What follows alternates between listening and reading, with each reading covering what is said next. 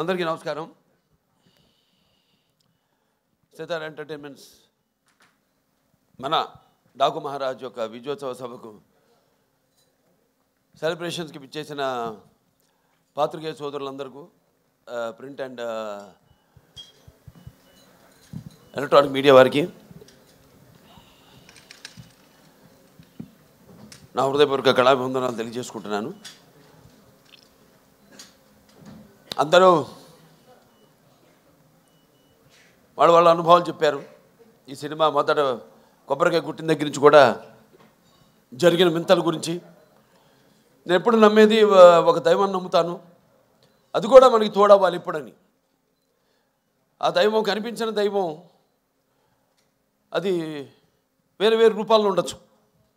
ఒక్కొక్కడు ఒక్కొక్క దేవుడిని ఆరాధిస్తారు. శివుడు కావచ్చు, వెంకటేశ్వర స్వామి కావచ్చు, విష్ణువు కావచ్చు, లేకపోతే రకరకాల వాళ్ళ ఎలువెలుపులు. అలాగే తల్లిదండ్రులు, నా తల్లిదండ్రులు వాళ్ళ యొక్క ఆశీర్వాదం, అలాగే కళాంబ తల్లి యొక్క ఆశీర్వాదం, ఇవన్నీ కలగలిపితే ఒక డాకు మహారాజ్. ముఖ్యంగా ఎన్నో సినిమాలు చేశాను. సరే, దాంట్లో వరుసగా ఇది 4వ సినిమా విజయం సాధించింది. మొదటి సినిమా ఏమో ఒక పరీక్ష అఖండ చేసేటప్పుడు, అదేమో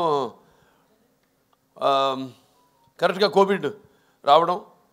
ఆ కోవిడ్ టైంలో సాహసించే ధైర్యం చేసి సినిమాని విడుదల చేయడం, అఖండమైన విజయాన్ని సాధించడం అఖండ సినిమా.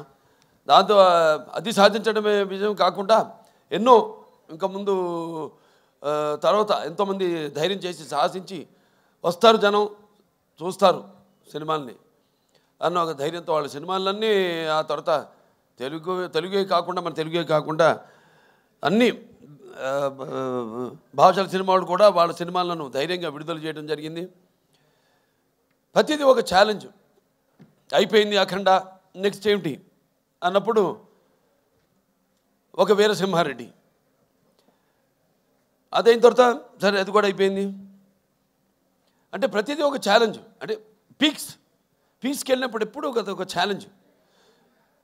నేను ఎప్పుడు అది ఛాలెంజ్గా తీసుకోను. ఎందుకంటే నాకు ప్రేక్షక దేవుళ్ళు వాళ్ళు ఇస్తున్న ప్రోత్సాహం అయితే ఏమి, లేకపోతే వాళ్ళకి ఏం కావాలి. ఎందుకంటే మేము ఎప్పుడు ఎవ్రీడే కన్జ్యూమబుల్ కమోడిటీ, అంటే నిత్యావసర వస్తువును. సో మనం ముందే గ్రహించాలి. ఇప్పుడు వాళ్ళు ముందే ఏం కావాలి, అది ఒక ఫుడ్ విషయంలో కావచ్చు, లేకపోతే రకరకాల ఏమేమైతే ఉన్నాయో వాటిల్లో వాళ్ళు సర్వే చేసి, సో దాని తర్వాత వాటిని మార్కెట్లోకి తీసుకురావడం, ప్రమోట్ చేయడం. దాని తర్వాత అలాగే ఈ సినిమా కూడా, ఎందుకంటే ఈ సినిమా అనేది మనిషి ఒక ఈ దినచర్యల్లో అంటే సతమవుతూ అన్న పానీయాలు అనే అవసరాలతో పాటు ఈ సినిమాను కూడా ఎంచుకున్నాడు. కాబట్టి ఆ సినిమా ఎలా ఉండాలి, ప్రేక్షకులు ఎటువంటి సినిమాని మనం అందించాలి అన్నది ఆలోచించుకోవలసిన విషయం. ఇండస్ట్రీలో నిర్మాతలు అయితేనేమి, దర్శకులు అయితేనేమి, లేకపోతే మా నటీనటులు అయితేనేమి. అటువంటిది దాని తర్వాత ఒక నేలకొండ భగవంత్ కేసరి అదయింది. దాని తర్వాత ఏమిటి అన్నది స్టార్ట్ అయినప్పుడు ఈ డాకు మహారాజ్ సినిమా అంటే కథ నీటి గురించి. అది చాలా చిన్న సమస్య కావచ్చు ఇప్పుడు మనం అనుకోవడానికి, కానీ సినిమా ద్వారా దాన్ని ప్రజలు అది ముందు భవిష్యత్తులో ఎలా ఈ నీటి కోసమే ప్రజలు కొట్టుకు చేస్తారు అన్నది వాళ్ళ అవగాహన రేకెత్తించిన సినిమా మన డాకు మహారాజ్. టైటిల్ దగ్గర నుంచి కూడా ఒక ఛాలెంజ్.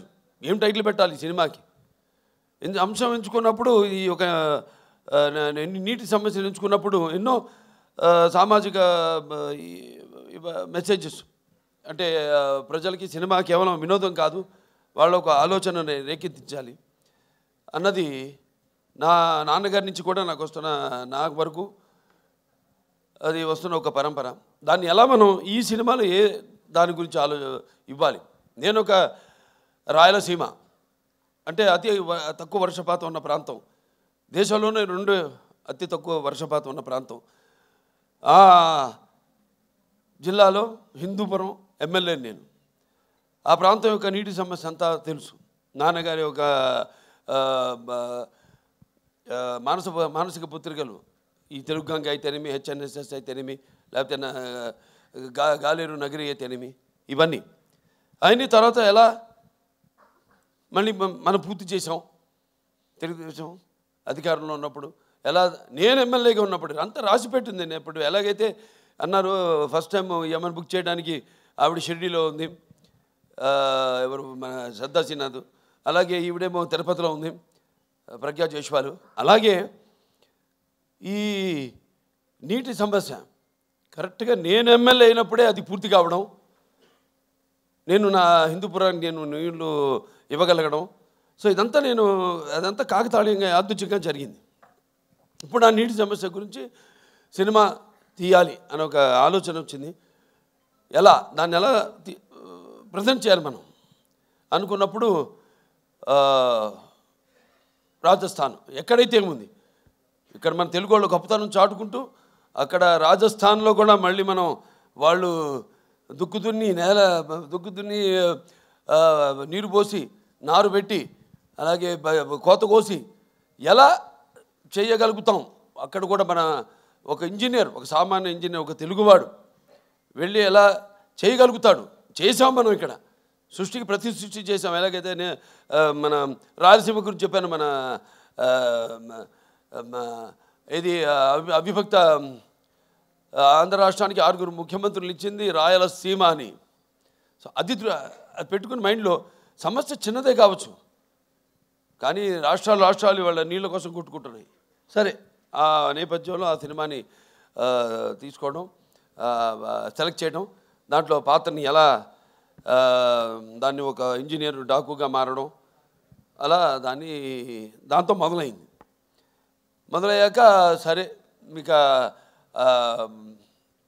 సినిమా గురించి ఈరోజు ఆ సినిమాని అఖండమైన విజయాన్ని మాకు అందించి ఇవాళ మా వెన్ను తట్టి ఇంకా మాకు ఎవరైతే మేము ఆకలితో ఉన్నామో ఒక సినిమా చేసి దాని ఒక ఫలితం కోసం రెయిన్బోర్డ్ కష్టపడి ఎలా ఉంటుంది ఆ సినిమా, దాని ఫలితం ఎలా ఉండబోతుంది అని ఎదురు చూస్తున్నామో, అటువంటి తరుణంలో ఇటువంటి అఖండమైన విజయాన్ని మాకు అందించినందుకు తెలుగు ప్రేక్షకులందరికీ నా హృదయపూర్వక కృతజ్ఞతాభివందనాలు తెలియజేసుకుంటున్నాను. ఇంకా ముఖ్యంగా ఈ సినిమాలో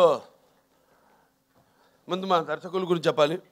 బాబీ గారి గురించి అంటే ముత్యాలు ఎలా ఏటమూలుగా జారితే ఎంత అందంగా ఉంటాయి కనపడడానికి, అలా ఎంతో అందంగా ప్రతి నటుడి దగ్గర నుంచి కూడా హావభావాలను రాబట్టుకోగలిగాడు మా దర్శకుడు బాబీ.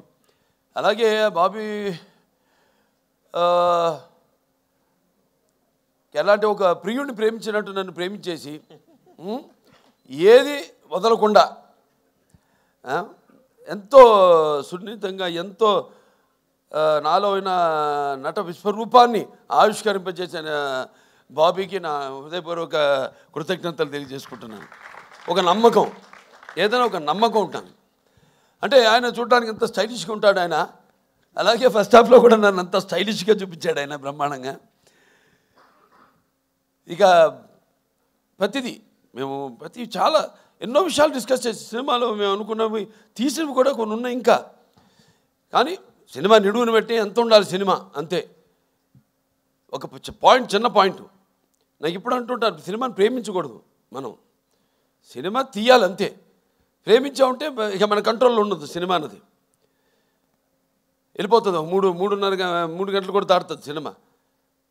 అలా కాదు, చెప్పేదైతే చిన్న పాయింట్ మంచి సన్నివేశాలతో క్లుప్తంగా చేయగలిగితే ఇవ్వగలిగితే అది డెఫినెట్గా సక్సెస్ అవుతుంది ఆ సినిమా అన్నది. అలాగే బ్రహ్మాండంగా వాళ్ళ టీము అందరు కూడా బ్రహ్మాండంగా వర్క్ చేసి ఇవాళ డైరెక్షన్ డిపార్ట్మెంటు క్రాంతి అయితేనేమి, లేకపోతే సోమరాజు గారు అయితేనేమి, రాధాకృష్ణ గారు అందరూ, అలాగే ఆయన రైటర్స్ మిగతా మన మోహన్ కృష్ణ గారు, చక్రి గారు, వినీత్ గారు అయితేనేమి అందరూ ఎంతో బ్రహ్మాండంగా దాన్ని అందరూ కష్టపడి ఈ కథను చేయడం జరిగింది, ట్రీట్ చేయడం జరిగింది. ఇక మా తమన్ గారి గురించి వేరే ప్రత్యేకంగా చెప్పక్కర్లేదు. అందరితో ఇంటి పేరు మార్చేశారు. ఇప్పుడు నందమూరి ఎస్ఎస్ తమన్ కాదు, నందమూరి తమన్ అని. కానీ నేనంటాను ఈ రోజు నుంచి నందమూరి కూడా కాదు, ఎన్బికే తమన్ అని. అది బెటర్గా ఎన్బికే తమన్ అని నామకరణం చేస్తున్నాను. అలాగే ప్రతి ఒక్కళ్ళ గురించి చెప్పుకోవాలి సినిమాలో. మా రైటర్స్ అనంత శ్రీరామ్ గారు అయితేనేమి, అటు కాసర్ల శ్యామ్ గారు అయితేనేమి, సాహిత్యం అద్భుతమైన. ఇందాక అనంత శ్రీరామ్ గారు పాడుతుంటే నా కళ్ళల్లో నీళ్లు, అంటే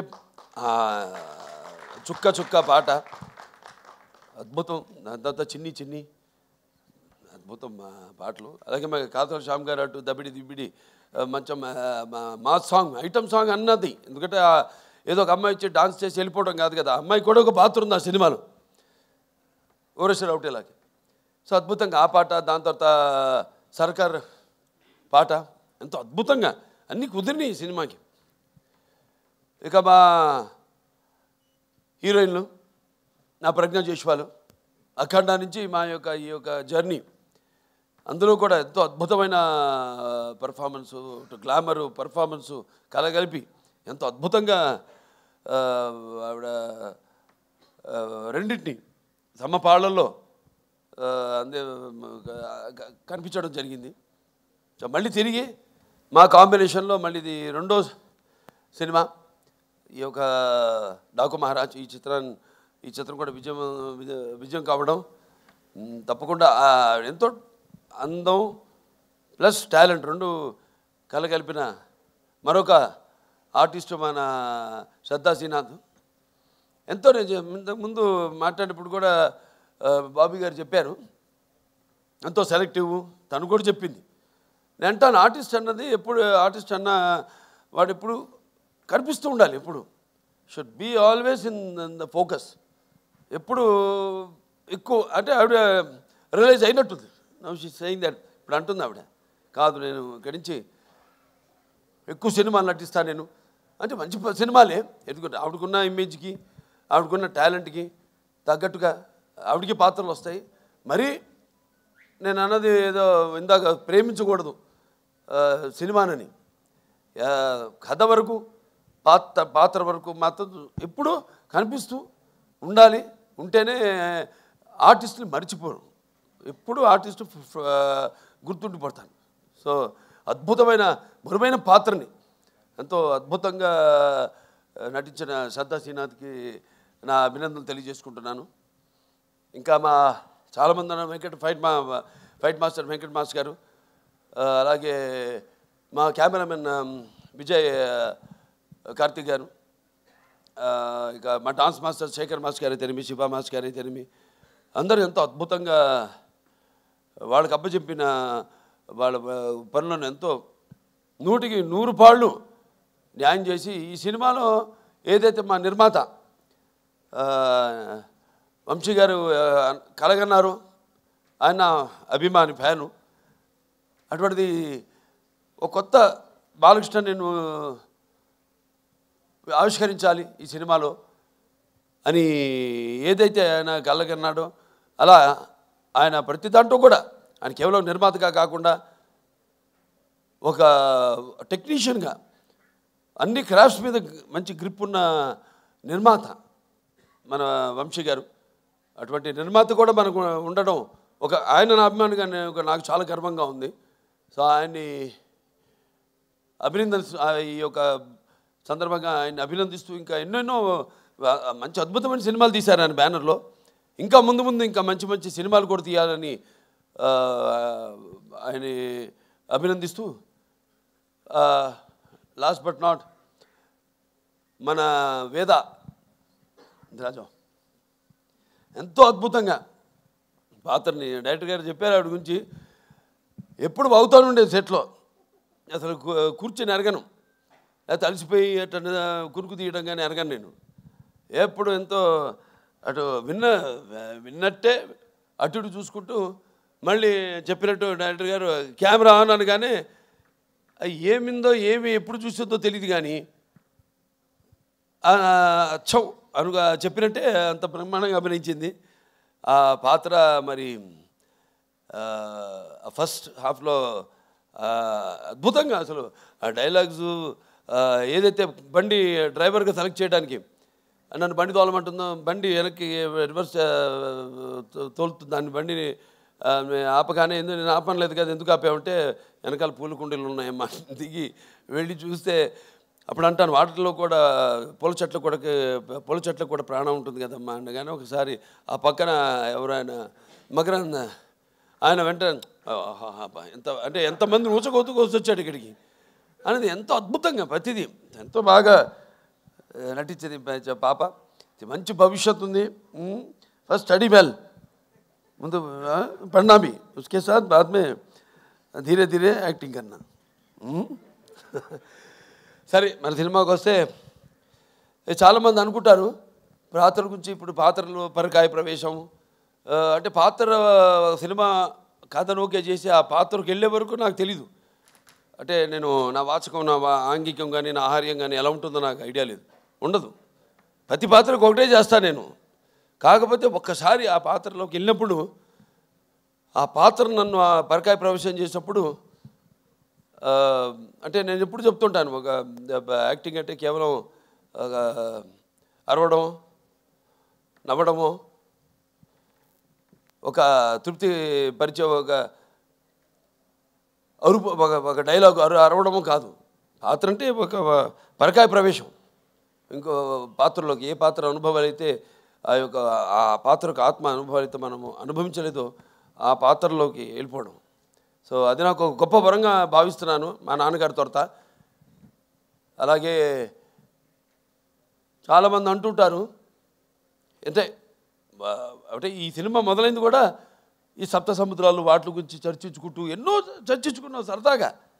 ఇక చర్చించుకోవడానికి ఉంది సబ్జెక్ట్ ఇంత అనుకుంటాం, దాన్ని కుదిస్తామండి. నేను చెప్పినట్టు 2.5 గంటలు అంటే మనకి ఎలా ఉన్నాయి లవణ సముద్రం అయితేనేమి, ఇచ్చు సముద్రం అయితేనేమి, లేకపోతే సర్ప సముద్రం అయితేనేమి, దధి సముద్రం అయితేనేమి, క్షర సముద్రం అయితేనేమి, లేకపోతే శుద్ధ సముద్రం అయితేనేమి, ఇలా మన దాంట్లో కూడా మన శరీరంలో కూడా 7 సముద్రాల నుంచి మొదలైంది. మన ప్రపంచంలో కూడా 7 సముద్రాలు ఉన్నాయి. ఎలా ఏం చేద్దాం ఈ నీళ్ళ గురించి ఎన్నో డిస్కషన్స్ చేసాం. వాటర్ గురించి ఓ సీన్ కూడా తీసేసాం నిడువు ఎక్కువైందని. దాంట్లో మన గురించి చెప్పుకుంటాం. ఏది మన సార్ ఆర్థర్ కాటన్ ధర ఒక్కడే గోదావరి దగ్గర ధవళేశ్వరం ఆనకట్ట కట్టించాడు. అలాగే ఈ యొక్క ఏదైతే పట్టిసీమ ద్వారా సముద్రంలో వృధాగా కలిసిపోతున్న నీళ్లను మళ్లించి అతి తక్కువ వర్షపాతం ఉన్న ప్రాంతాలకి, కరువు కాటకాలు విలయతాండవాడుతున్న ప్రాంతాలకి నీళ్ళు ఇచ్చిన చరిత్ర మంది అని ఇలా ఎన్నో అన్నీ అంటే ఒక మన తెలుగువాడు గొప్పతనం. ఇవాళ ఇక్కడే కాదు ఎక్కడికి వెళ్ళినా అంతా మన తెలుగువాడు ఉన్నారు ప్రపంచంలో. అటు అమెరికా వెళ్ళినా ఇటు ఆస్ట్రేలియా వెళ్ళినా. అందుకే ఈయన చెప్పినట్టు తమన్ గారు చెప్పినట్టు సినిమా అక్కడ అమెరికా అయితేనే, ఇటు ఆస్ట్రేలియా అయితేనేమి, ఇటు ఇంగ్లాండ్ అయితేనేమి, ఇటు అక్కడ ఆఫ్రికా అయితేనేమి, ఎక్కడ కూడా ఎక్కడెక్కడ మన ప్రవాస తెలుగు వాళ్ళు ఉన్నారో అక్కడ వాళ్ళే